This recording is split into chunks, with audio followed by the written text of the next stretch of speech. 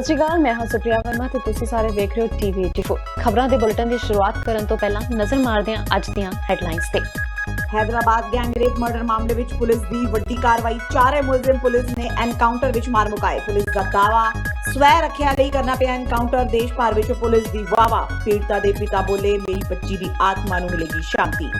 चारे दोषियों की एनकाउंटर तो बाद देश भर तो आईयां प्रतिक्रियावां सामने। पंजाब भाजपा प्रधान श्वेत मलिक ने कहा अजिहे दोषियों लई अजिही ही सजा होनी चाहिए सी, जबकि डॉक्टर धर्मवीर गांधी ने हैदराबाद मुकाबले की कीती सख्त निंदा। बोले बाकी मुद्दों तो ध्यान हटाउण लई कीता गया एनकाउंटर। राष्ट्रपति रामनाथ कोविंद भी बोले, कहा नाबालग नाल रेप दे दोषियों लई कोई रहम नहीं। कहा पोक्सो एक्ट तहत जबर जनाह दे दोषियों नूं तरस दे आधार ते पटीशन दाखिल करन दा नहीं होना चाहिए अधिकार। मुख्यमंत्री कैप्टन अमरिंदर सिंह नूं सोशल मीडिया ते कमेंट करन वाला had teacher suspend. Captain Amarinder Singh ते प्रधानमंत्री नरेंद्र मोदी दी एक सांझी photo deputy commissioner they WhatsApp group which कीती सी पोस्ट। ते कांग्रेस विधायक सुखजीत सिंह काका लोहगढ़ दी गड्डी ते हमला कर अपना गुस्सा जाहिर करने वाले 5 लोगों को पुलिस ने कीता गिरफ्तार। डीजे विच गोली लगन नाल मारे गए पीड़ित ते नाल संबंधित ने दोषी।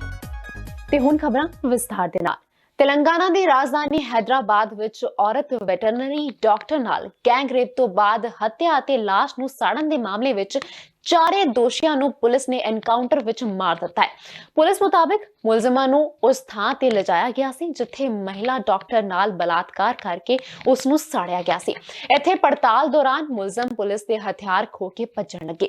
ਉਹਨਾਂ ਨੇ ਪੁਲਿਸ ਵਾਲਿਆਂ ਤੇ ਫਾਇਰਿੰਗ ਕੀਤੀ। ਦੂਜੇ ਪਾਸਿਓਂ ਪੁਲਿਸ ਫਾਇਰਿੰਗ ਵਿੱਚ ਚਾਰੇ ਮੁਲਜ਼ਮ ਮਾਰੇ ਗਏ।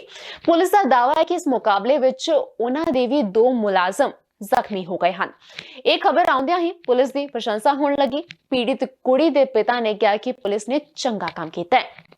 ਉਹਨਾਂ ਨੇ ਤੇਲੰਗਾਨਾ ਸਰਕਾਰ, ਪੁਲਿਸ ਤੇ ਲੋਕਾਂ ਦਾ ਧੰਨਵਾਦ ਕੀਤਾ। ਉਧਰ ਸਿਆਸੀ ਲੀਡਰ ਵੀ ਪੁਲਿਸ ਦੀ ਪ੍ਰਸ਼ੰਸਾ ਕਰ ਰਹੇ ਹਨ। ਔਰਤਾਂ ਨੇ ਮੁਕਾਬਲਾ ਕਰਨ ਵਾਲੇ ਪੁਲਿਸ ਮੁਲਾਜ਼ਮਾਂ ਨੂੰ ਰੱਖੜੀਆਂ ਬੰਨੀਆਂ। ਤੁਹਾਨੂੰ ਦੱਸ ਦਈਏ ਕਿ ਪਿਛਲੇ ਦਿਨੀ ਇੱਕ ਵੈਟਰਨਰੀ ਡਾਕਟਰ ਦੇ ਨਾਲ ਬਲਾਤਕਾਰ ਕਰਕੇ ਉਸ ਨੂੰ ਸਾੜ ਦਿੱਤੀ ਸੀ।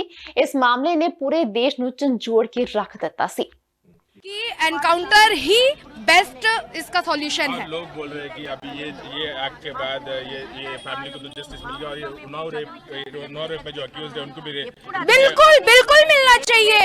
उन्हें भी तो इस चीज का एहसास हो कि ये दर्द होता क्या है। फैमिली को ऐसे ही न्याय मिलेगा। और निर्भया को आई थिंक 7 इयर्स हो चुके हैं, उसको नहीं मिला। उनके साथ भी ऐसे ही होना चाहिए जैसा आज तेलंगाना पुलिस ने किया है। Thank you. हमारी सोसाइटी की लड़की थी, हमारी सोसाइटी की बेटी थी, बहुत अच्छी लड़की थी। आज जो भी उसके लिए जस्टिस हुआ हम उससे बहुत खुश हैं और ऐसा ही होना चाहिए था। बहुत अच्छा किया यहाँ की तेलंगाना पुलिस ने। सबसे पहले तो उनके लिए सैल्यूट है। ਰਾਸ਼ਟਰਪਤੀ ਰਾਮਨਾਥ ਕੋਵਿੰਦ ਨੇ ਮਹਿਲਾ ਸੁਰੱਖਿਆ ਸੰਬੰਧੀ ਇੱਕ ਅਹਿਮ ਗੱਲ ਕਹੀ ਹੈ। ਉਹਨਾਂ ਨੇ ਕਿਹਾ ਕਿ ਔਰਤਾਂ ਦੀ ਸੁਰੱਖਿਆ ਅੱਜ ਇੱਕ ਗੰਭੀਰ ਮੁੱਦਾ ਹੈ। ਪੋਕਸੋ ਐਕਟ ਤਹਿਤ ਜਬਰ ਜਨਾਹ ਦੇ ਦੋਸ਼ੀਆਂ ਨੂੰ ਤਰਸ ਦੇ ਆਧਾਰ ਤੇ ਪਟੀਸ਼ਨ ਦਾਖਲ ਕਰਨ ਦਾ ਅਧਿਕਾਰ ਨਹੀਂ ਹੋਣਾ ਚਾਹੀਦਾ।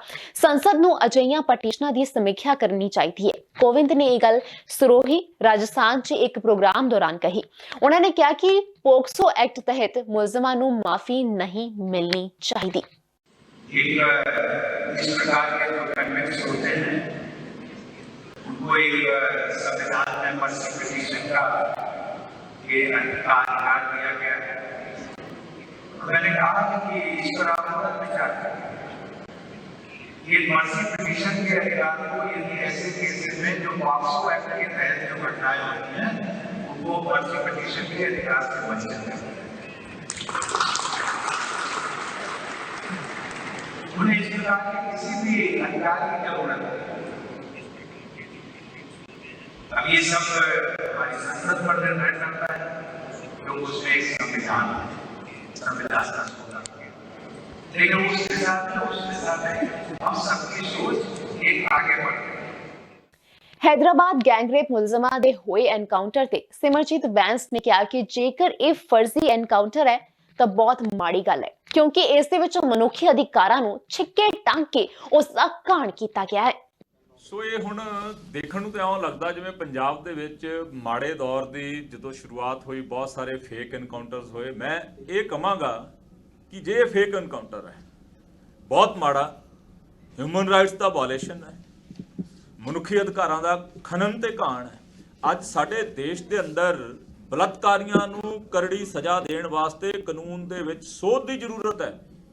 ਤੁਸੀਂ ਕਾਨੂੰਨ ਨੂੰ ਛਿੱਕੇ ਟੰਗ ਕੇ ਕਿਸੇ ਨੂੰ ਪੁਲਿਸ ਖੁਦ ਜੱਜ ਬਣ ਜਾਵੇ, ਪੁਲਿਸ ਖੁਦ ਨਿਆਂ ਦੇਣ ਲੱਗ ਜਾਵੇ, ਜੇ ਇਹ ਐਨਕਾਊਂਟਰ ਮੁਕਾਬਲਾ ਝੂਠਾ ਤੇ ਇਹਦੀ ਸਖਤ ਸ਼ਬਦਾਂ ਦੇ ਵਿੱਚ ਘੋਰ ਨਿੰਦਾ ਕਰਦਾ ਤੇ ਦੇਸ਼ ਦੀ ਸਰਕਾਰ ਨੂੰ ਸਨਿਮਰ ਬੇਨਤੀ ਤੇ ਸਜ਼ਾ ਕਿ ਤੁਰੰਤ ਅਮੈਂਡਮੈਂਟ ਕਰੋ। ਰੋਜ਼ ਜਿਹੜੀਆਂ ਬਲਾਤਕਾਰ ਦੀਆਂ ਘਟਨਾਵਾਂ ਸਾਡੇ ਦੇਸ਼ ਦੇ ਅੰਦਰ, ਉਹ ਪੂਰੀ ਦੁਨੀਆ ਦੇ ਵਿੱਚ ਸਾਡੇ ਰਾਸ਼ਟਰ ਦਾ, ਸਾਡੇ ਦੇਸ਼ ਦਾ ਪਰਚਮ ਨੀਵਾਂ ਕਰ ਰਹੀਆਂ ਨੇ।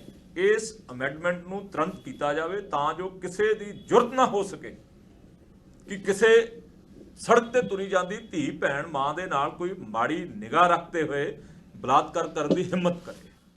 हैदराबाद पुलिस वालों कीते एनकाउंटर दी डॉक्टर धर्मवीर गांधी ने भी निखेधी कीती है। डॉक्टर गांधी ने कहा कि पुलिस का एनकाउंटर फर्जी है ते किसी नूं भी कानून तोड़न दी इजाजत नहीं होनी चाहिए। देखो ये बदकिस्मती है कि इस मुल्क जो कानून का राज है ना तो वो रेपिस्ट वास्ते हैगा है ते ना ही वो ਜਿਹੜੇ रेप करने वाले लोग ने उन्हां नाल भी जो पुलिस ने एनकाउंटर किया हैगा। ये कोई अचनचेती वापरी घटना नहीं हैगी है। एक इंजीनियर एक नियोजित ढंग नाल उन्हां दा मर्डर किया गया ताकि जिहड़ा पब्लिक ओपीनियन हैगा उन्होंने ठंडा पाया जा सके और मुल्क की जो सोचनी हैगी है वो इस पासे तोड़ी जा सके। मैं समझदा बड़ा खतरनाक रुझान हैगा। मैं ये बिल्कुल हमायती नहीं हैगा। उन्होंने कानून मुताबक फास्ट ट्रैक कोर्टा नहीं फौरी सज़ा मिलनी चाहिए सी, चाहे फांसी भी क्यों ना लग जाती, जो कानून कहता है। पर इस तरह पुलिस को अख्तियार देने या पुलिस इस तरह की ऑपरेट करूगी तो हर एक शहरी वास्ते, हर एक उस व्यक्ति वास्ते जिहड़ा इस समाज तो विरोध करता है या विद्रोह करता है या सरकार नाल सहमत है नहीं या होर अलग अलग तरीके नाल मतलब अपने विचार रखता है, उन्होंने उत्ते जबर जुल्म करन इस तक एनकाउंटर बनाने वास्ते जिवें पहलां नक्सलियां दे जां पंजाब च सिख नौजवान के कतल होंदे रहे ने, ये जिहड़ा रस्ता खोलना पुलिस वास्ते अपराधियों वास्ते भी मैं समझदा उन्होंने भी कानून मुताबक ही डील करना चाहिए, ना कि इस तरह दिन दिहाड़े पुलिस वालों गोली मार के मार देना। ये सिर्फ जिहड़ी लोक मानसिकता हैगी है उन्होंने पट्ठे पाउण वाली गल हैगी है। उधर भाजपा प्रधान श्वेत मलिक ने हैदराबाद पुलिस वालों कीते एनकाउंटर नूं जायज ठहराया है। उन्होंने कहा कि अजिहे अपराध करने वाला दा यही सजा होनी चाहिए है। मैं समझना वा कि जिन्हां ने पुलिस दे उत्ते अपराधियां ने क्रिमिनल्स ने हमला कीता हथियारां दे नाल पुलिस ने अपनी सैल्फ प्रोटेक्शन ते करनी हुंदी है। डॉक्टर मनमोहन सिंह दे 1984 विखे कतलेआम वाले बयान तो बाद श्रोमणी अकाली दल के प्रधान सुखबीर सिंह बादल ने मांग की है कि साबका प्रधानमंत्री राजीव गांधी नूं मरण बाद 1991 दे विच दिता भारत रत्न अवार्ड तुरंत वापस ले लिया जाए। सुखबीर ने कहा कि ताजा सामने आए हुए सबूत ये साबित कर रहे हैं कि जदों 1984 दे विच दिल्ली विखे सिखां दा कतलेआम किया जा रहा सी तां साबका प्रधानमंत्री ने फौज नूं राजधानी अंदर इसलिए तैनात करन दा हुक्म नहीं सी दिता क्योंकि एक घिनौना कतलेआम उसके परिवार वालों करवाया गया सी। अकाली दल प्रधान ने कहा कि साबका प्रधानमंत्री डॉक्टर मनमोहन सिंह वालों कीते खुलासियां ने अकाली दल के इस स्टैंड की पुष्टि कर दी है कि जेकर राजीव ने सिखां दी जान अते मान नूं निशाना बना रहा कांग्रेसी आगुआं दी अगवाई वालियां हिंसक पीड़ा नूं काबू करन लई फौज बुलाउण दी अपीलां नूं सुनिया हुंदा तां 1984 दे कतलेआम नूं टालिया जा सकदा सी। पंजाब भाजपा के प्रधान श्वेत मलिक ने भी डॉक्टर मनमोहन सिंह के बयान नूं राजनीति तो प्रेरित करार दिता है। श्वेत मलिक ने कहा कि डॉक्टर मनमोहन सिंह ने यह बयान गांधी परिवार नूं क्लीन चिट देण लई दिता है। जो सरदार मनमोहन सिंह एक भद्र पुरुष ने जो एक जघन्य अपराध होया और जिहदे कांग्रेसी नेता इन्वॉल्व सीगे 1984 दे सिख दंगे जिन्हां विच के निर्दोष सिखां दे गलियां विच टायर पा के जलाया गया, हत्यावां कीतियां गईयां, पलायन होया सिख परिवारां दा, हजारों सिख जिहड़े सीगे वो मारे गए, बर्बरतापूर्ण हत्याकांड होया। सो मैं मोदी जी नूं बधाई देवांगा कि कांग्रेस ने ते जांच ठंडे बस्ते च पाती सी, जांच बंद कर दी सी। मोदी जी ने SIT बना के वो जांच शुरू करवाई और उस तो बाद अपराधियों नूं दंड मिलिया जिहदे कांग्रेसी नेता ने सज्जन कुमार ते होर जिहड़े कि सलाखां दे पिछे चले गए ने और मोदी जी ने कहा है कि वो एक भी अपराधी नूं बख्शणगे नहीं, जिहड़ा भी वो हत्याकांड दे इन्वॉल्व है उन्होंने सज़ा मिलेगी। और सरदार मनमोहन सिंह जी अज राजीव गांधी जी तो अटेंशन डाइवर्ट करने लई नरसिम्हा राव जी का इन्ने सालों बाद एक नवा तत्थ कढ़ता है। मैं सरदार मनमोहन सिंह जी को पूछना चाहांगा कि राजीव गांधी जी की इको ही स्टेटमेंट काफ़ी है कि एक एडा मैच्योर्ड व्यक्ति जिहड़े कि देश के प्रधानमंत्री नहीं रहे ਉਹਨਾਂ ਨੇ ਇੰਨੇ ਵੱਡੇ ਅਤਿਆਚਾਰ ਤੇ ਇਹ ਕੈਜੂਅਲ ਲਫ਼ਜ਼ ਕਹੇ ਕਿ ਜਦੋਂ ਕੋਈ ਵੱਡਾ ਪੇੜ ਡਿੱਗਦਾ ਹੈਗਾ ਤੇ ਧਰਤੀ ਕੰਬਦੀ ਹੈ। ਮੈਂ ਸਮਝਣਾ ਕਿ ਕਿੱਡਾ ਵੱਡਾ ਉਹਨਾਂ ਨੇ ਜ਼ਖਮਾਂ ਤੇ ਮਿਰਚ ਲਾਈ, ਨਮਕ ਲਾਇਆ ਲੋਕਾਂ ਦੇ। ਔਰ ਅੱਜ ਮਨਮੋਹਨ ਸਿੰਘ ਜੀ ਨੇ ਦੁਬਾਰਾ ਉਹ ਜਿਹੜੇ ਜ਼ਖਮ ਸੀਗੇ ਸਿੱਖ ਸਮਾਜ ਦੇ ਉਹ ਹਰੇ ਕਰ ਦਿੱਤੇ ਨੇ, ਉਹਨਾਂ ਦੇ ਨਮਕ ਛਿੜਕਿਆ। ਪੰਜਾਬ ਸਰਕਾਰ ਦੀ ਕੈਬਨਿਟ ਮੀਟਿੰਗ ਵਿੱਚ ਕਾਲੀ ਦਵਾਈ ਯਾਨੀ ਅਫੀਮ ਤੇ ਹੋਈ ਗੱਲਬਾਤ ਦੀ ਵੀਡੀਓ ਵਾਇਰਲ ਹੋਣ ਦੇ ਨਾਲ ਸਰਕਾਰ ਦੀ ਕਾਫੀ ਫਜ਼ੀਹਤ ਹੋ ਰਹੀ ਹੈ। ਉਧਰ ਮੀਟਿੰਗ ਦੀ ਫੁਟੇਜ ਇਲੈਕਟ੍ਰੋਨਿਕ ਮੀਡੀਆ ਨੂੰ ਦੇਣ ਤੇ ਲੋਕ ਸੰਪਰਕ ਵਿਭਾਗ ਦੇ ਸੀਨੀਅਰ ਅਧਿਕਾਰੀ ਤੇ ਵੀਡੀਓਗ੍ਰਾਫਰ ਨੂੰ ਚਾਰਜ ਸ਼ੀਟ ਕਰ ਦਿੱਤਾ ਗਿਆ ਹੈ। ਹੁਣ ਸਵਾਲ ਇਹ ਨਹੀਂ ਹੈ ਕਿ ਲੋਕ ਸੰਪਰਕ ਅਧਿਕਾਰੀ ਦੇ ਇਸ ਤਰ੍ਹਾਂ ਦੀ ਵੀਡੀਓ ਚੈੱਕ ਕੀਤੇ ਬਿਨਾਂ ਕਿਸ ਤਰ੍ਹਾਂ ਜਾਰੀ ਕਰ ਦਿੱਤੀ ਹੈ। ਸਵਾਲ ਇਹ ਹੈ ਕਿ ਜਦੋਂ ਸੂਬਾ ਗੰਭੀਰ ਆਰਥਿਕ ਸੰਕਟ ਵਿੱਚੋਂ ਲੰਘ ਰਿਹਾ ਹੋਵੇ ਤੇ ਨਿਤ ਦਿਨ ਨੌਜਵਾਨ ਨਸ਼ੇ ਕਾਰਨ ਮਾਰੇ ਜਾ ਰਹੇ ਹਨ, ਉੱਥੇ ਸਾਡੇ ਲਈ ਫੈਸਲਾ ਲੈਣ ਵਾਲੇ ਲੋਕ ਨੁਮਾਇੰਦਿਆਂ ਲਈ ਮੁੱਖ ਏਜੰਡਾ ਕੀ ਹੈ? ਹੋਇਆ ਇੰਜ ਕੀ ਕੈਬਨਿਟ ਦੀ ਮੀਟਿੰਗ 'ਚ ਤਕਨੀਕੀ ਸਿੱਖਿਆ ਮੰਤਰੀ ਚਰਨਜੀਤ ਸਿੰਘ ਚੰਨੀ ਕਾਫੀ ਬਿਮਾਰ ਦਿਸ ਰਹੇ ਸਨ। ਮੰਤਰੀ ਰਾਣਾ ਗੁਰਮੀਤ ਸਿੰਘ ਸੋਢੀ ਨੇ ਉਹਨਾਂ ਨੂੰ ਕਾਲੀ ਦਵਾਈ ਯਾਨੀ ਅਫੀਮ ਲੈਣ ਦੀ ਸਲਾਹ ਦਿੱਤੀ। ਉਦੋਂ ਹੀ ਵੀਡੀਓ ਵਿੱਚ ਮੰਤਰੀ ਰਜੀਆ ਸੁਲਤਾਨਾ ਦੀ ਆਵਾਜ਼ ਸੁਣਾਈ ਦਿੱਤੀ ਹੈ। ਉਹ ਕਹਿੰਦੇ ਹਨ, ਤੁਹਾਨੂੰ ਕਾਲੀ ਦਵਾਈ ਲਿਆ ਕੇ ਦਿਆਂ। ਐਨੇ ਵਿੱਚ ਸਾਰੇ ਹੱਸਣ ਲੱਗਦੇ ਹਨ। ਇਸ ਦੌਰਾਨ ਮੁੱਖ ਮੰਤਰੀ ਵੀ ਕੁਝ ਕਹਿ ਰਹੇ ਹਨ ਪਰ ਹਾਸੇ ਦੇ ਰੌਲੇ ਵਿੱਚ ਚੰਗੀ ਤਰ੍ਹਾਂ ਸੁਣ ਨਹੀਂ ਰਿਹਾ। ਮਾਲਵੇ ਦੇ ਇੱਕ ਮੰਤਰੀ ਕਹਿ ਰਹੇ ਨੇ, ਇਸ ਲਈ ਤਾਂ ਰਾਜਸਥਾਨ ਜਾਣਾ ਪਵੇਗਾ। ਉਸੇ ਵੇਲੇ ਸਿਹਤ ਮੰਤਰੀ ਬ੍ਰਹਮ ਮਹਿੰਦਰਾ ਕਹਿੰਦੇ ਸੁਣਾਈ ਦਿੰਦੇ ਨੇ, ਇਹ ਕਦੋਂ ਰਾਜਸਥਾਨ ਜਾਏਗਾ ਤੇ ਉਤੋਂ ਕਾਲੀ ਦਵਾਈ ਲਿਆਏਗਾ।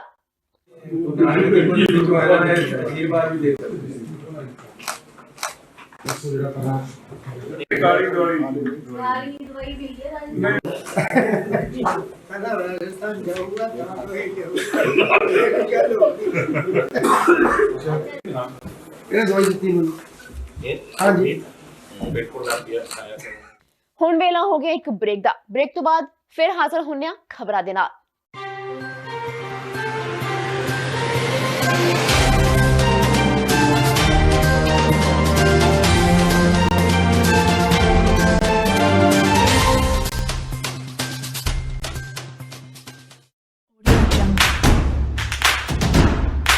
Guru Palace presents Shagun Banquet.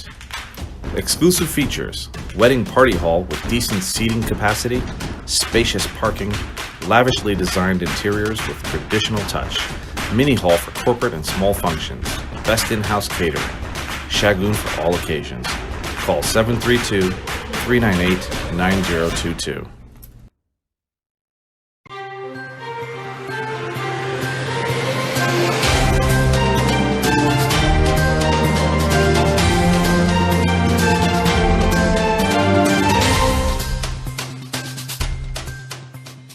ਇੱਕ ਤੋਂ ਬਾਅਦ ਤੁਹਾਡੇ ਸਾਰਿਆਂ ਦਾ ਸਵਾਗਤ ਹੈ। ਵਧਦੇ ਹਾਂ ਅਗਲੀ ਖਬਰ ਦੇ ਵੱਲ। ਮੋਗਾ ਦੇ ਹਲਕਾ ਧਰਮਕੋਟ ਦੇ ਕਾਂਗਰਸੀ ਵਿਧਾਇਕ ਸੁਖਜੀਤ ਸਿੰਘ ਕਾਕਾ ਲੋਹਗੜ੍ਹ ਦੀ ਗੱਡੀ ਤੇ ਹਮਲਾ ਕਰਨ ਦੇ ਇਲਜ਼ਾਮ ਵਿੱਚ 5 ਲੋਕਾਂ ਨੂੰ ਗ੍ਰਿਫਤਾਰ ਕੀਤਾ ਗਿਆ। ਪੁਲਿਸ ਨੇ 4 ਲੋਕਾਂ ਤੋਂ ਇਲਾਵਾ 70-80 ਅਣਪਛਾਤੇ ਵਿਅਕਤੀਆਂ ਤੇ ਕੇਸ ਦਰਜ ਕੀਤਾ ਸੀ। ਕੇਸ ਵਿੱਚ ਜਿਨ੍ਹਾਂ 4 ਵਿਅਕਤੀਆਂ ਦੇ ਨਾਂ ਹਨ ਉਹ ਅਜੇ ਫਰਾਰ ਹਨ। ਡੀਐਸਪੀ ਰਵਿੰਦਰ ਸਿੰਘ ਨੇ ਕਿਹਾ ਕਿ ਵੀਡੀਓ ਤੋਂ ਵੈਰੀਫਾਈ ਕਰਕੇ 5 ਲੋਕਾਂ ਨੂੰ ਗ੍ਰਿਫਤਾਰ ਕਰਕੇ ਅਦਾਲਤ ਵਿੱਚ ਪੇਸ਼ ਕੀਤਾ ਹੈ। ਅਦਾਲਤ ਨੇ 1 ਦਿਨ ਦਾ ਪੁਲਿਸ ਰਿਮਾਂਡ ਦਿੱਤਾ ਹੈ। ਯਾਦ ਰਹੇ ਪਿਛਲੇ ਦਿਨੀ ਮੋਗਾ ਦੇ ਸਿਵਲ ਹਸਪਤਾਲ ਵਿੱਚ ਧਰਮਕੋਟ ਦੇ ਕਾਂਗਰਸੀ ਵਿਧਾਇਕ ਸੁਖਜੀਤ ਸਿੰਘ ਕਾਕਾ ਲੋਹਗੜ੍ਹ ਦੀ ਗੱਡੀ ਤੇ ਹਮਲਾ ਹੋਇਆ ਸੀ। ਭੜਕੇ ਲੋਕਾਂ ਨੇ ਗੱਡੀ ਦੀ ਭੰਨਤੋੜ ਕੀਤੀ ਤੇ ਵਿਧਾਇਕ ਤੇ ਵੀ ਹਮਲਾ ਕਰਨ ਦੀ ਕੋਸ਼ਿਸ਼ ਕੀਤੀ ਸੀ। ਲੋਕਾਂ ਵਿੱਚ ਇੰਨਾ ਗੁੱਸਾ ਸੀ ਕਿ ਵਿਧਾਇਕ ਨੇ ਭੱਜ ਕੇ ਜਾਨ ਬਚਾਈ ਸੀ। 5 ਬੰਦੇ ਗ੍ਰਿਫਤਾਰ ਕੀਤੇ ਗਏ ਆ ਤੇ ਜਿਹੜੀ ਅੱਗੇ ਹੋਰ ਫਰਦਰ ਇਨਵੈਸਟੀਗੇਸ਼ਨ ਚੱਲ ਰਹੀ ਹੈ। ਜਿਹੜੇ ਹੋਰ ਵੀ ਬੰਦੇ ਇਹਦੇ ਵਿੱਚ ਆਉਣਗੇ ਉਹਨਾਂ ਨੂੰ ਵੀ ਗ੍ਰਿਫਤਾਰ ਕੀਤਾ। ਕਿਹੜੇ ਬੰਦੇ ਸੀਗੇ ਜਿਨ੍ਹਾਂ ਦਾ ਨਾਮ ਸੀਗਾ ਪਰਚੇ 'ਚ? ਉਹ ਸੀਗੇ ਜਾਂ ਅਗਿਆਤ ਲੋਕ? 4 ਬੰਦੇ ਬਾਈ ਨੇਮ ਸੀਗੇ। ਇਹ ਉਹਨਾਂ ਤੋਂ ਬਾਅਦ ਚ ਜਿਹੜੇ ਨਾਮਜ਼ਦ ਹੋਏ ਸੀਗੇ 70-80 ਬੰਦਿਆਂ ਦੇ ਵਿੱਚੋਂ ਨਾਮਜ਼ਦ ਹੋਏ ਆ ਕਾਫੀ ਬੰਦੇ। ਉਹਨਾਂ ਵਿੱਚੋਂ ਜਿਹੜੇ ਇਹ 5 ਬੰਦੇ ਗ੍ਰਿਫਤਾਰ ਕੀਤੇ ਗਏ। 4 ਬੰਦੇ ਜਿਹੜੇ ਨਾਮ ਬਾਈ ਨੇਮ ਸੀਗੇ ਉਹ ਤਾਂ ਨਹੀਂ ਜੀ ਹਜੇ ਗ੍ਰਿਫਤਾਰ ਹੋਏ? ਨਹੀਂ, ਉਹਨਾਂ ਤੇ ਜਿਹੜੀ ਰੇਡ ਚੱਲ ਰਹੇ ਆ, ਹਲੇ ਤੱਕ ਗ੍ਰਿਫਤਾਰੀ ਨਹੀਂ ਹੋਈ। ਲੁਧਿਆਣਾ ਤੋਂ ਲੋਕ ਇਨਸਾਫ ਪਾਰਟੀ ਦੇ ਮੁਖੀ ਸਿਮਰਜੀਤ ਬੈਂਸ ਵੱਲੋਂ ਅੱਜ ਪ੍ਰੈਸ ਕਾਨਫਰੰਸ ਕਰਕੇ ਮੁੜ ਤੋਂ ਪਾਣੀਆਂ ਦਾ ਮੁੱਦਾ ਚੁੱਕਿਆ ਗਿਆ। ਉਹਨਾਂ ਨੇ ਕਿਹਾ ਕਿ ਰਾਜਸਥਾਨ ਨੂੰ ਜੋ ਪਾਣੀ ਮੁਫਤ ਦਿੱਤਾ ਜਾ ਰਿਹਾ ਹੈ ਸਰਕਾਰ ਉਸ ਦਾ ਪੈਸਾ ਵਸੂਲ ਕਰੇ। ਉਹਨਾਂ ਨੇ ਕਿਹਾ ਕਿ ਇਸ ਸੰਬੰਧੀ ਉਹ ਕੈਪਟਨ ਨੂੰ ਮਿਲੇ ਵੀ ਸਨ ਅਤੇ ਉਹ ਵੀ ਇਸ ਤੋਂ ਸਹਿਮਤ ਹੋਏ ਸਨ। ਇਸ ਦੇ ਨਾਲ ਹੀ ਸਿਮਰਜੀਤ ਬੈਂਸ ਨੇ ਭਾਜਪਾ ਤੇ ਕਾਂਗਰਸ ਤੇ ਜੰਮ ਕੇ ਨਿਸ਼ਾਨੇ ਸਾਧੇ। ਨਾਲ ਹੀ ਪੰਜਾਬ ਦੇ ਵਿੱਚ ਪੈਦਾ ਹੋਏ ਵਿੱਤੀ ਹਾਲਾਤਾਂ ਨੂੰ ਲੈ ਕੇ ਵੀ ਟਿੱਪਣੀ ਕੀਤੀ। ਮੁੱਖ ਮੰਤਰੀ ਸਾਹਿਬ ਦੀ ਅਗਵਾਈ ਦੇ ਵਿੱਚ ਸੂਬੇ ਦੇ ਕੈਬਨਿਟ ਦੀ ਮੀਟਿੰਗ ਹੋਈ, ਮੰਤਰੀ ਮੰਡਲ ਦੀ ਮੀਟਿੰਗ ਹੋਈ, ਜਿਹਦੇ ਵਿੱਚ ਮੰਤਰੀ ਮੰਡਲ ਨੇ ਪਾਸ ਕੀਤਾ ਕਿ ਜਿਹੜਾ ਨਹਿਰੀ ਤੇ ਦਰਿਆਈ ਪਾਣੀ ਹੈ ਖੇਤੀਬਾੜੀ ਸੈਕਟਰ ਨੂੰ ਛੱਡ ਕੇ ਦੂਸਰੇ ਕੰਮਾਂ ਲਈ ਵਰਤਿਆ ਜਾਂਦਾ, ਉਹਦੀ ਕੀਮਤ ਵਧਾਉਣ ਦਾ ਪ੍ਰਸਤਾਵ ਪਾਸ ਕੀਤਾ। ਤਕਰੀਬਨ 319 ਕਰੋੜ ਰੁਪਈਆ ਸਾਲਾਨਾ ਸਰਕਾਰ ਦੇ ਖਜ਼ਾਨੇ ਦੇ ਵਿੱਚ ਆਮਦਨ ਆਏਗੀ। ਅੱਜ ਇਹ ਗੱਲ ਸਾਫ਼ ਤੇ ਸਪਸ਼ਟ ਹੋ ਗਈ, ਨਹਿਰੀ ਪਾਣੀ ਤੇ ਦਰਿਆਈ ਪਾਣੀ ਜਿਹੜਾ ਖੇਤੀਬਾੜੀ ਨੂੰ ਛੱਡ ਕੇ ਦੂਸਰੇ ਕੰਮਾਂ ਲਈ ਵਰਤਿਆ ਜਾ ਰਿਹਾ, ਉਹਦੀ ਕੀਮਤ ਵਸੂਲੀ ਵਧਾ ਕੇ 319 ਕਰੋੜ ਰੁਪਈਆ ਕਰਨਾ ਸੂਬੇ ਦੀ ਸਰਕਾਰ ਦੇ ਮੰਤਰੀ ਮੰਡਲ ਨੂੰ ਯਾਦ ਆ ਗਿਆ, ਪਾਸ ਹੋ ਗਿਆ, ਪੈਸੇ ਦੀ ਵਿਰਾਈ ਸਟਾਰਟ ਹੋ ਜਾਣੀ ਹੈ।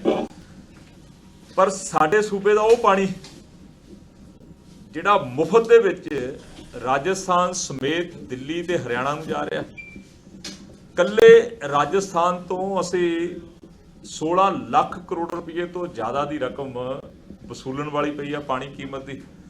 ਮੁੱਖ ਮੰਤਰੀ ਸਾਹਿਬ ਨੂੰ ਉਹ ਕਿਉਂ ਨਹੀਂ ਯਾਦ ਆਉਂਦਾ?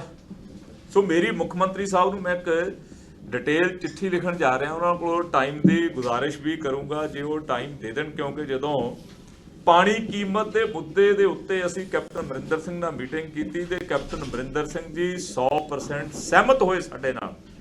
ਉਹਨਾਂ ਨੇ ਵਿਸ਼ਵਾਸ ਤੇ ਭਰੋਸਾ ਦਵਾਇਆ ਕਿ ਇਹ ਪੰਜਾਬ ਦਾ ਕਾਨੂੰਨੀ ਸੰਵਿਧਾਨਕ ਹੱਕ ਹੈ ਪਾਣੀ ਦੀ ਕੀਮਤ ਵਸੂਲ ਕਰਨਾ। ਪਰ ਅਫਸੋਸ ਕਿ 3 ਸਾਲ ਤੋਂ ਵੱਧ ਦਾ ਸਮਾਂ ਹੋ ਗਿਆ, 3 ਸਾਲ ਤੋਂ ਜ਼ਿਆਦਾ ਦਾ ਸਮਾਂ ਅਜੇ ਤੱਕ ਕੈਪਟਨ ਅਮਰਿੰਦਰ ਸਿੰਘ ਹੋਰਾਂ ਨੂੰ ਪਾਣੀ ਦੀ ਕੀਮਤ ਦਾ ਬਿੱਲ ਬਣਾ ਕੇ ਭੇਜਣ ਦੀ ਫੁਰਸਤ ਨਹੀਂ ਮਿਲੀ। ਦੂਜੇ ਪਾਸੇ ਸਾਡੀ ਸਟੇਟ ਜਿਹੜੀ ਕਿ ਆਰਥਿਕ ਮੰਦਹਾਲੀ ਦੇ ਦੌਰ ਦੇ ਵਿੱਚੋਂ ਗੁਜ਼ਰ ਰਹੀ ਹੈ। ਸਰਕਾਰ ਵੱਲੋਂ ਨਾਗਰਿਕਤਾ ਬਿੱਲ ਨੂੰ ਲੈ ਕੇ ਅੱਜ ਲੁਧਿਆਣਾ ਜਾਮਾ ਮਸਜਿਦ ਦੇ ਸ਼ਾਹੀ ਇਮਾਮ ਵੱਲੋਂ ਇੱਕ ਪ੍ਰੈਸ ਕਾਨਫਰੰਸ ਕਰਕੇ ਸਵਾਲ ਖੜੇ ਕੀਤੇ ਗਏ। ਉਹਨਾਂ ਨੇ ਕਿਹਾ ਕਿ ਸਰਕਾਰ ਪਹਿਲਾਂ 3 ਤਲਾਕ ਬਿੱਲ ਪਾਸ ਕਰਦੀ ਹੈ ਅਤੇ ਹੁਣ ਨਾਗਰਿਕਤਾ ਬਿੱਲ ਲੋਕਾਂ ਤੇ ਥੋਪ ਰਹੀ ਹੈ। ਜਾਮਾ ਮਸਜਿਦ ਦੇ ਸ਼ਾਹੀ ਇਮਾਮ ਨੇ ਕਿਹਾ ਕਿ ਸਰਕਾਰ ਹਿੰਦੂ ਮੁਸਲਮਾਨਾਂ ਦੇ ਵਿੱਚ ਵੰਡ ਪਾਉਣਾ ਚਾਹੁੰਦੀ ਹੈ। ਉਹਨਾਂ ਨੇ ਕਿਹਾ ਕਿ ਇਹ ਬਿੱਲ ਸਰਕਾਰ ਨੇ ਕੱਟੜ ਮੁਸਲਮਾਨਾਂ ਲਈ ਜਾਣਬੁੱਝ ਕੇ ਲੈ ਕੇ ਆਈ ਹੈ। ਉਹਨਾਂ ਨੇ ਕਿਹਾ ਕਿ ਸਰਕਾਰ ਨਹੀਂ ਚਾਹੁੰਦੀ ਕਿ ਦੇਸ਼ ਦੇ ਲੋਕ ਇਕਜੁੱਟ ਹੋ ਕੇ ਰਹਿਣ। ਉਹਨਾਂ ਨੇ ਕਿਹਾ ਕਿ ਸਰਕਾਰ ਨੇਪਾਲ ਫਰਮਾ ਤੋਂ ਆਉਣ ਵਾਲੇ शरणार्थियों पे भी अपना स्टैंड साफ करे।